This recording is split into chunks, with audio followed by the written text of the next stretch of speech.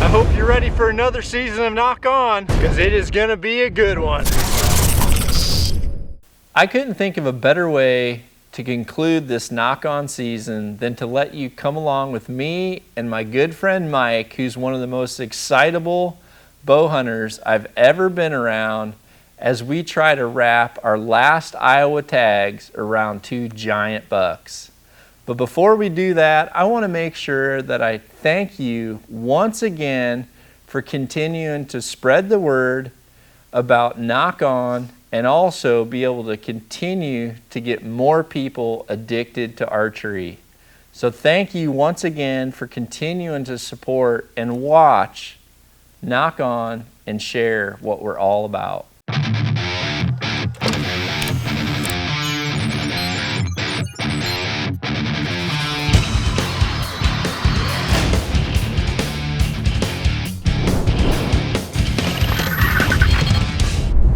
When Mike arrived in Iowa, the rut was in full tilt. I mean, it was on. And I told Mike that we were going to be sitting from before daylight until after dark each day.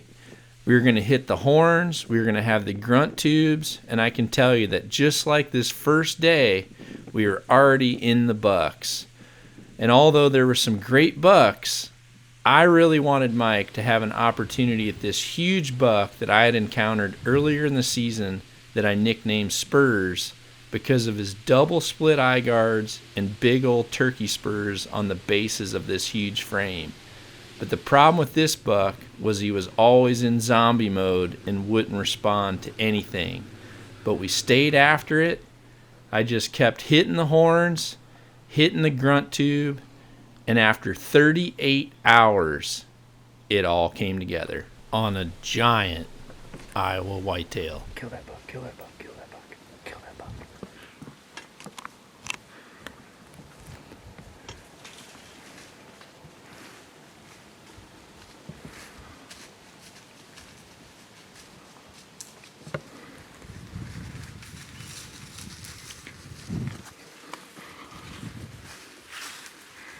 Kill him, Mike.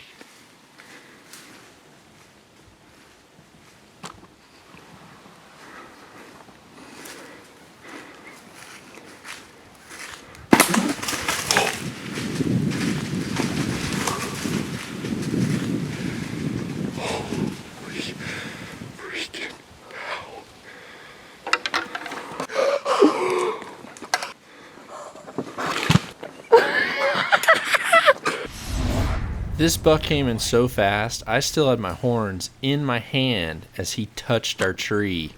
And Mike made an absolutely smoker shot, and this buck went 50 yards.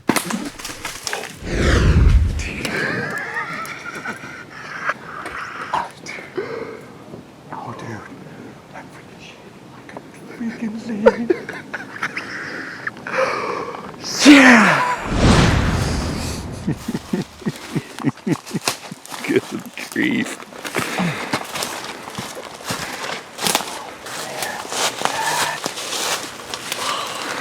Baby. Look at that, man. I am so stoked. Carbon Defiant, just let him have it, man. He came in on a rope. I couldn't believe it. John rattled and he was in like literally 10 seconds. He just appeared out of nowhere, coming in on a rope, hair standing up, ready to rock. And I'll tell you what, he absolutely got rocked himself and couldn't be more excited. Iowa's been so good to me, man. I just can't believe this state, just the bucks we've seen the past couple days, and to be able to have an opportunity on a buck like this again, my second time here in Iowa, and it's just such an amazing state. So many great deer, and I feel so blessed. And Nock on TV is brought to you by Hoyt. Get serious, get Hoyt. Under Armour, go where you don't belong. Stealth Cam, game cameras. Redneck, bail blinds. Sherlock, hunting sights. Nocturnal, lighted Nocks. Fuse, hunting accessories. And Yamaha, ATV and side-by-sides, real world tough. I'm John Dudley. I'm an archer. I'm a bow hunter. I am Defying.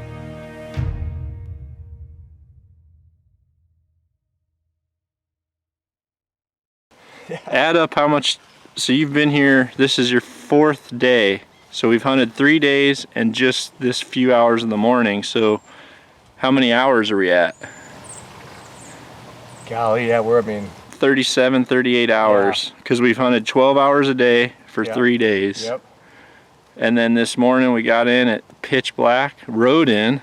Yeah, rode in on our bikes and crawled in here in this river bottom here, and yeah, it's awesome. I'm a non-resident of Iowa. You know, in any state, regardless of what state you're in, make sure that you look at the state regulations and follow those regulations. In Iowa, you have 15 minutes from the time of the kill or before you move the deer to notch your tag and to tag the buck. And so we're going to go ahead and take care of that right now, November 11th.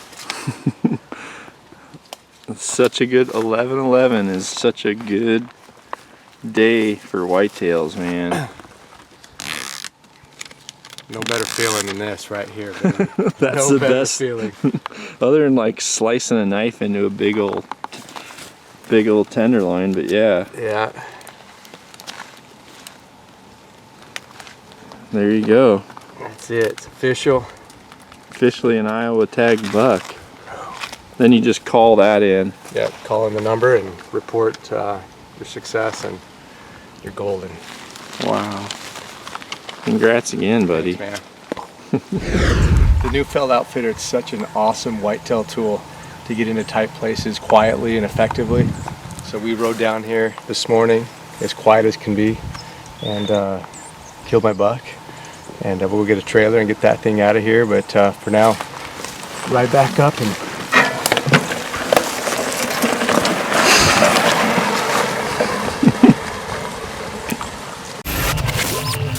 expand your archery knowledge with Nock On Podcasts, the highest level of world-class archery information available on either iTunes or at knockon.podbean.com. Back in Iowa, I was still after that Spurs buck, and I finally got eyes on him one morning while self-filming. But unfortunately, my footage just doesn't go as planned because I had to rattle him back. But hopefully, you still enjoy this hunt. No way! Here's my horns, squeezing them as tight as I could between my legs.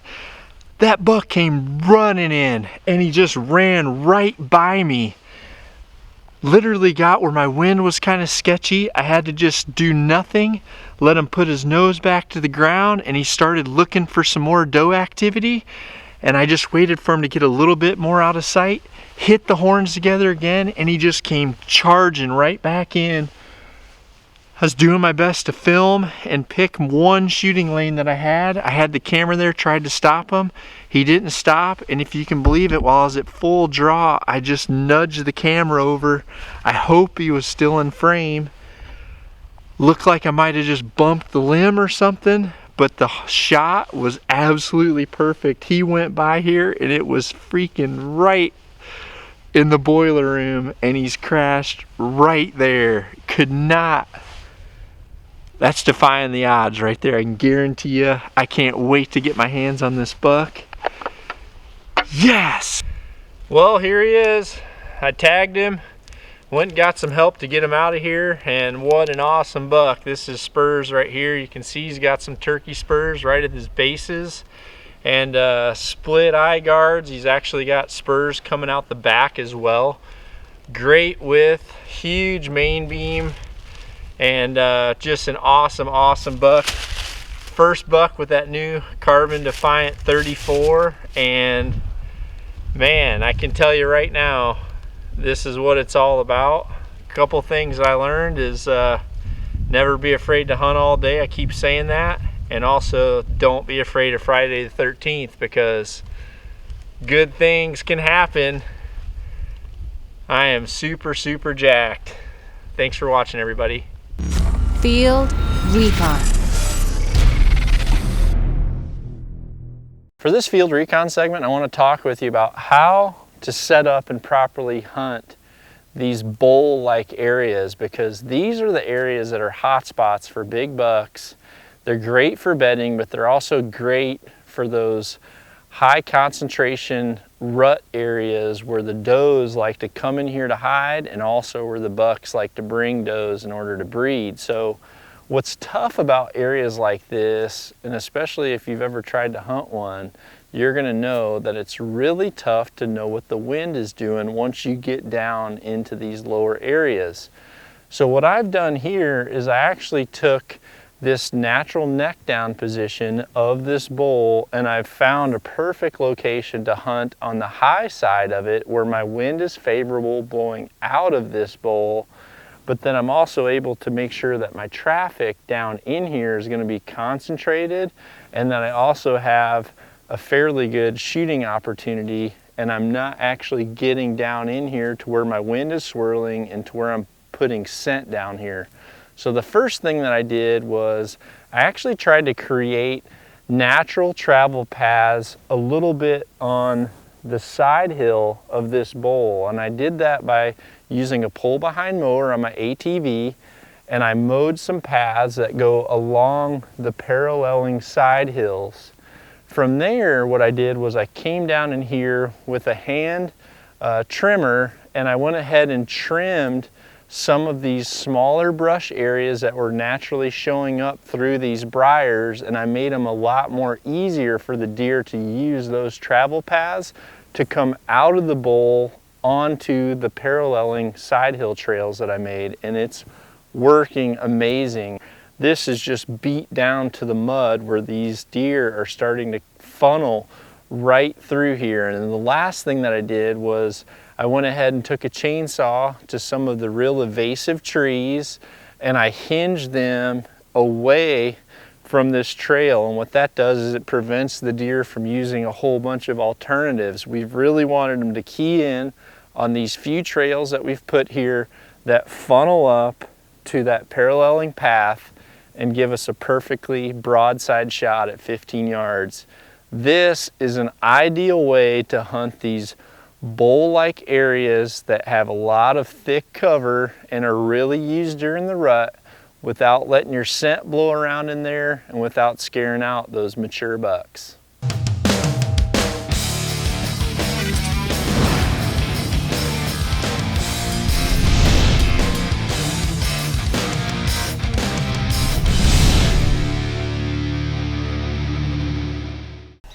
Now we're gonna head to Kansas with my good buddy Gudgel, and he's literally in the only tree for miles and miles of CRP. He put out one small little bait pile, and he's hoping for a self-filmed birthday buck.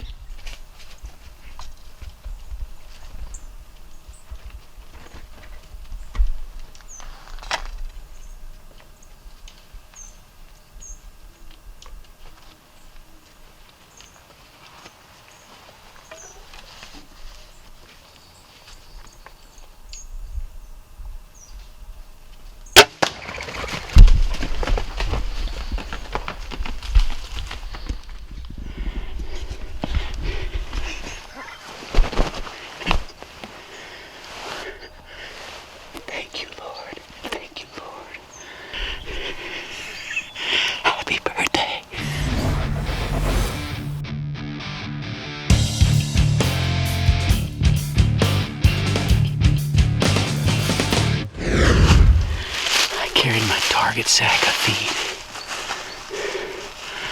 A sack of feed just to stop him. What?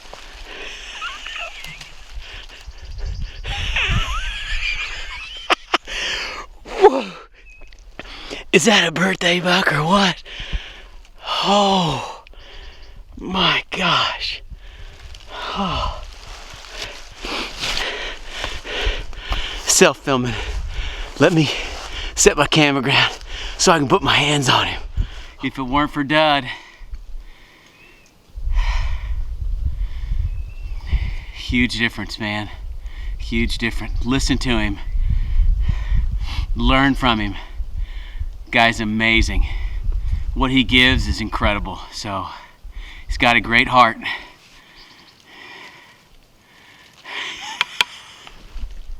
Thank you. Hey everybody, want to join the Nock On Nation? Go to knockonarchery.com to see our entire line of trendy Nock On gear. Enter promo code SHOWFAN and get a free signed photo from Dud. knockonarchery.com. Nock and ready to rock. All right, now for this last segment, we're going to do something called walk back tuning. So I've went ahead and selected the vane configuration that I like. I know I've got a good match for spine with the bow that I have. So now what I'm going to do is I'm going to actually check to make sure that my arrow rest setting is perfect for left and right. Because if it's not, what will happen is at the closer distances your arrows will be center, and the further and further you get away from the closer targets, the more that arrow will drift. And a lot of times you'll see erratic arrow flight. So this is called walk back tuning, or also known as French tuning. So what I'll do is I'm going to take the arrow that I want to shoot, and I'm going to go ahead and sight this in to where I'm shooting exactly dead center at about 3 yards. Now for me, that's my 50-yard pin. So after I shoot and have it zeroed in right here at 3 yards, then what I'm going to do is I'm going to go ahead and shoot another arrow, or for a lot of people it's best to shoot a group of arrows down at a 50-yard target using that exact same pin, and make sure you do not move your sight after that first shot, because where those arrow lands is going to determine what we need to do to fine tune our left and right on our arrow rests to make sure that this arrow and bow are matched perfectly.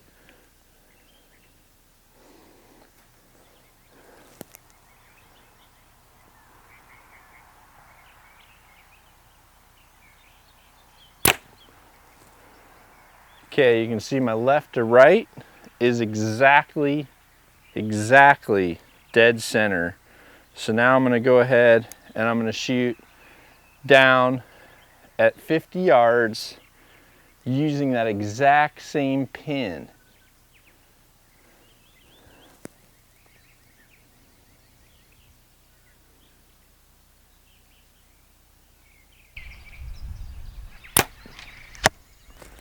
Okay, now let's go down and I'll show you what this group means. Okay, well here's what this test is showing us. Now again, we're using the same pin. I made sure my level was perfect. We don't have any wind. So I'm sighted in up close, and now that I'm shooting back far, and it's best to do this with groups so you can see where your grouping is. But for shortness for film, I'm just doing one arrow and I was confident with that shot. But it's showing me that we're grouping left of center, which tells me that arrow is going further and further and further left the further that arrow travels.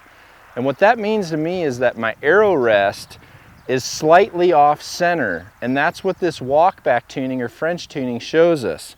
So now what I'm going to do is I'm actually going to loosen my left to right adjustment on my arrow rest, and I am going to micro, little bit goes a long way, micro adjust my arrow rest in the direction towards the center of that spot. So I'm going to need to move it to the right since I hit left. If I was over here, I'd need to move it left. Very small increments. So I'm going to make this adjustment. Then I'm going back up to the close target to sight in again and repeat this test. When we've got this arrow rest set in the perfect left to right adjustment for the arrow and the bow matching we're gonna be able to shoot the same exact left to right path from up close all the way to out far. So let's make an adjustment and see what happens next. Okay, so I've moved my arrow rest. Now I've gone ahead and sighted, moved my sight to sight back in right here at the close target, because we moved our rest, so we've got to move our sight. And again, we sight in here. Now we're going to do the same thing down there.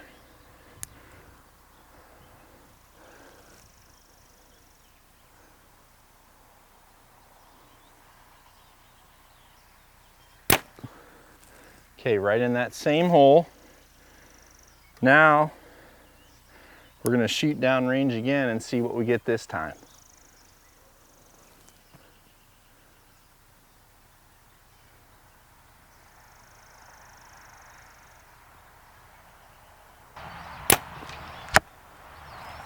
Looks pretty good. Let's go see what it looks like.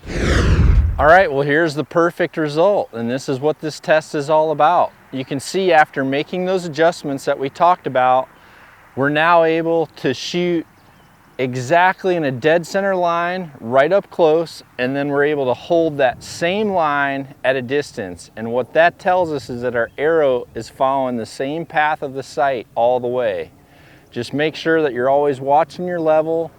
Do this test on level ground without any wind, and I can guarantee you that if you follow all these steps that we've covered throughout this total Nocked and Ready to Rock series, you're gonna have an unbelievable shooting arrow to match perfectly with your bow.